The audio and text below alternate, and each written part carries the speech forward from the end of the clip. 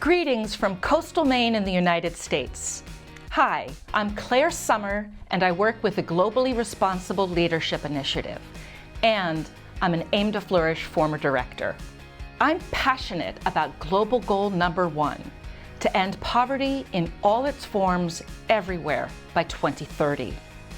It is my pleasure to announce the 2021 Flourish Prize for goal number 1 is awarded to East Bali Cashews in Denpasar, Indonesia.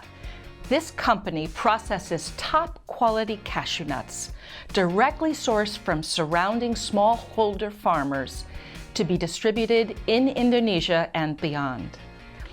East Bali Cashews' business model is grounded in social and environmental sustainability and works to improve the lives of cashew growers and their communities. Congratulations, East Bali Cashews.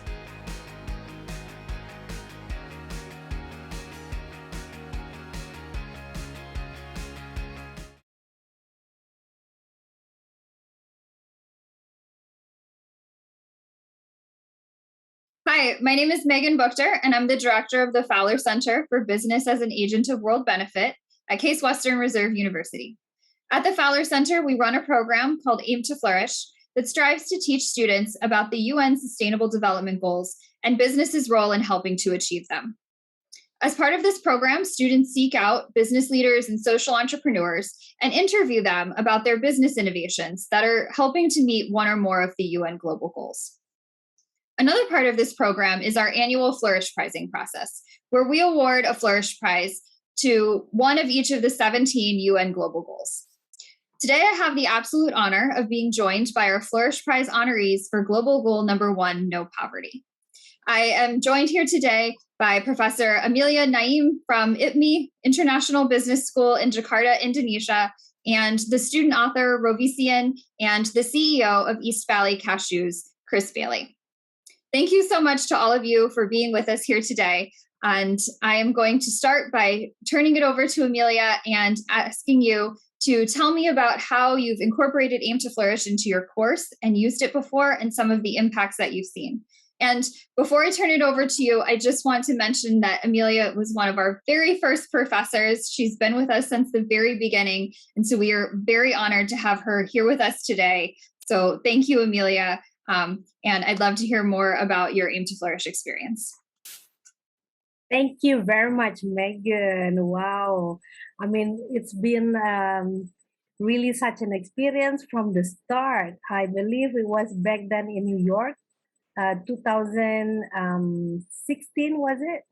And then we were studying up with this idea about this Aim to Flourish. And then my students have been involved in this program since the start. And then we were invited by Megan. And then we were there in Case Western University because the first, I think it's all the SDG number 2 and SDG number 12 was also rewarded for IPMI International Business School student back then. And then it was a very wonderful experience. My students, the first time I told them about this challenge, they were also excited about it. And then especially with the appreciative inquiry approach.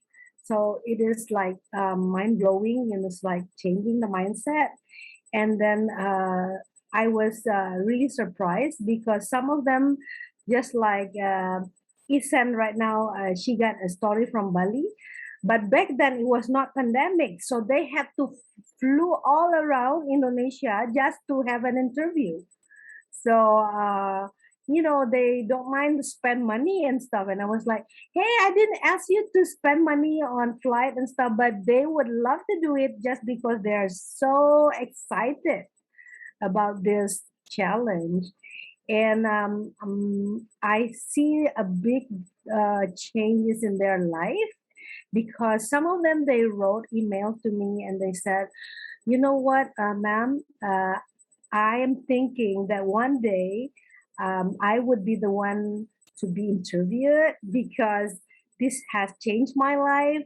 that when I'm starting a business or joining a business, I will make sure that I will join a business which is supporting the SDG.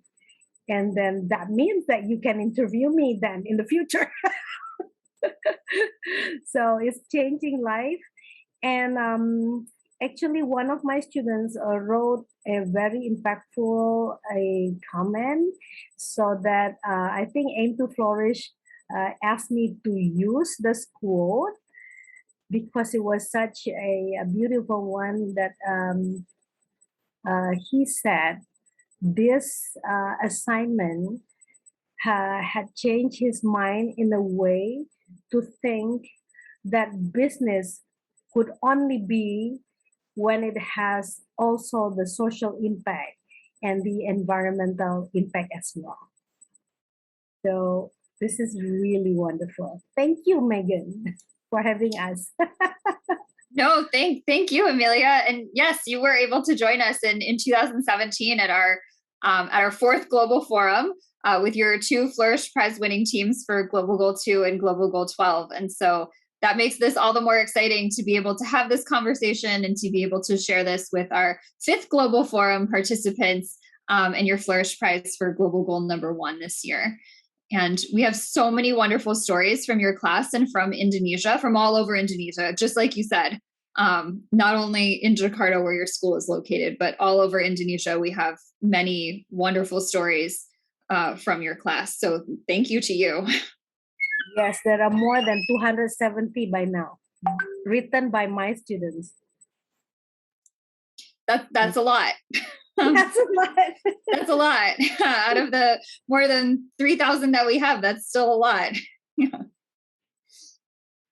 Wonderful. And I am also very excited because we have the student author here with us today, Rovician, and I would love to hear about your Aim to Flourish experience and how you, how the assignment was presented to you and how you went about finding someone to interview. Thank you, Amelia and team, for having us here. Yeah, actually, I was nervous when I tried to complete because this is a coursework and I am a student. I have to fulfill and be responsible to it. So that's how I feel at the first time. But then I'm pretty sure that everyone knows the United Nations. And in the past, I think I've heard the United Nations Development Goals, even though I'm not sure what it means or how to apply them in our daily lives. But however, when Dr. Amelia introduced this at the beginning of the class, just like as she mentioned before, and then this became an individual final assignment for us. And I did not expect that the impact would be that good. It turns out that many companies with their stories uploaded in the Aim to Flourish, whether they are small businesses, startups, and corporations, they all have been applying these goals for the past few years. So that's my experience with the Aim to Flourish. And then what it was like when I tried to find a business, it was another thing. Because we know that we are experiencing this last year, the beginning of the COVID-19 pandemic, and we have to do almost all things virtually, online. So that's another challenge for me and maybe from everyone else, yeah. The thing that crossed my mind that time was, surveying other people's business while you have to stay at home. So what almost like we all do is we have to browse and we have to search online for the business that we want to do. We want to survey. So and another urgent thing is the story must be submitted according to the deadline. It was supposed to be submitted before the end of August. So I was just starting to contact several companies at that time. It's beginning at the second week of July. And one of the companies that I tried to contact is East Bali Cashews. And you know why? I have this proof here. This one. I'm just trying to show you this is real. This is one, I did not buy it, but we consume it already, for over 5 years already because we love granolas. And the first time we bought this granola brand is exactly in Bali when we had the vacation in 2016. Previously, we bought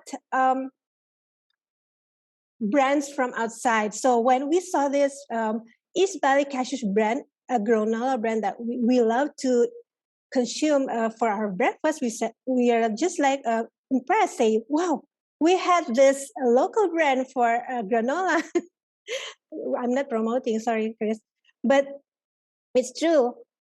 And then later on, we have this like habit when we're eating breakfast, we like to read the back of the packaging of the food and see the ingredients, see the recipe, and that's where we.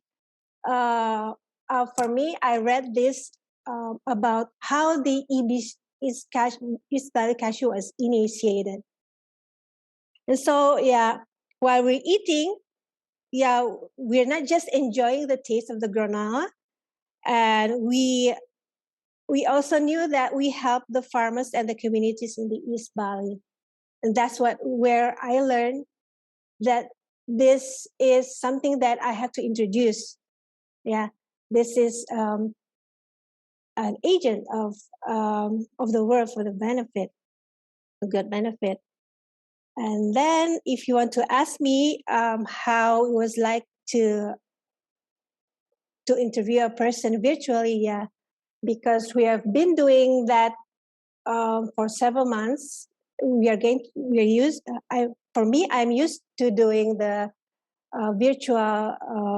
virtual classes and everything, doing it online. So there's no problem with me, except we have to make sure that the connections the network are good, and then we have a quiet room and all things like that, just set up so that I can focus for the interview. I think that's all from me, Megan. Thank you so much. It is really cool to hear about how you discovered the company just by buying the cashews, but then reading the back of the package, the back of the cereal box. It is true. And realizing that that's the company that you wanted to interview. So that's a really fun part of your story. And thank you for bringing up. Yeah.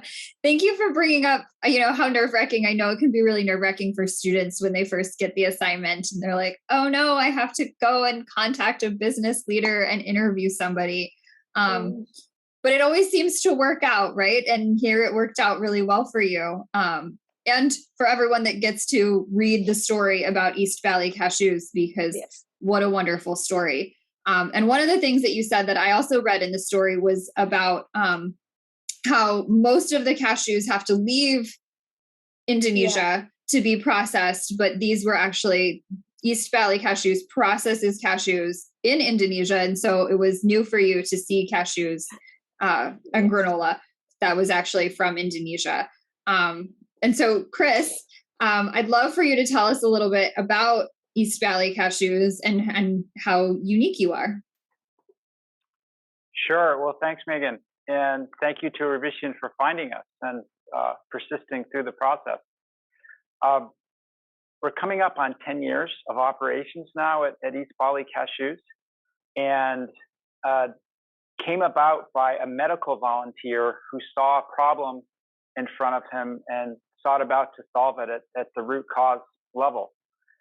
Aaron Fishman came to East Bali as an emergency medical technician and volunteer back in 2012, and quickly noticed that the ailments that he was treating daily all had the root cause of just very low income.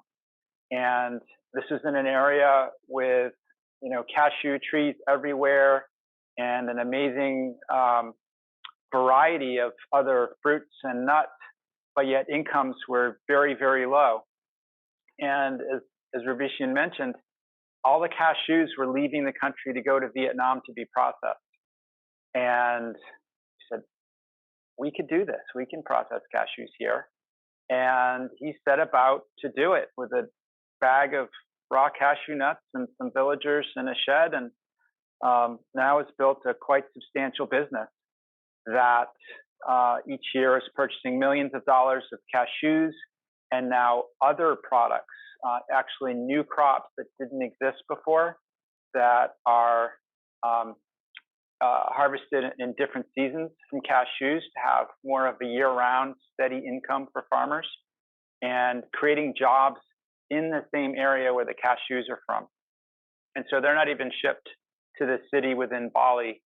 They stay right in the same region where they're harvested, and started processing the cashews, and then have moved further and further to adding more value to the cashews and to the granolas and some of the other snack foods that are on shelves here in Indonesia and other places. And Aaron and the team have been very conscious of how they're building this model, this economic model, reinvesting in farmers, helping them to become better at what they do with agronomic knowledge and even financing small facilities so that they can preserve the quality of the crop as soon as they harvest it, building the capacity of the community, both by training workers, both for technical skills and for leadership skills, but creating an award-winning preschool so kids get a great start on life and employee children can benefit. To having a small store where we can sell healthy foods at costs that are otherwise hard to find in the community. And so it is really a remarkable company that I'm honored to have been able to join. Yeah, I love the focus on the whole person. So it's not just that it's not just that the cashews are staying in Indonesia, but the way that East Bali Cashews is helping the farmers, they're helping women. They have this daycare facility or a childcare facility. You're really just helping the entire community. That's true. We're very engaged with the community. I neglected to mention the vast majority of employees, especially at the factory and all the way up through leadership, highest levels of leadership at the factory are predominantly women. And this is an area where there haven't been traditionally, out of the house jobs for women. And so I think it's making a significant impact for empowering women in this part of Bali and Indonesia. Yeah, that's wonderful. And I know you're a little bit new to the organization, but do you have any favorite stories about the impact that either you've seen or maybe some of your colleagues have seen since East Bali Cashews has really started to flourish? Sure. I think the one I see every day and have had a chance to remark upon with other people in the last day or two is the people that have grown up with the company. They've never worked anywhere else, don't have more than the standard government high school education here, and they're running a multi-million-dollar manufacturing, food processing facility.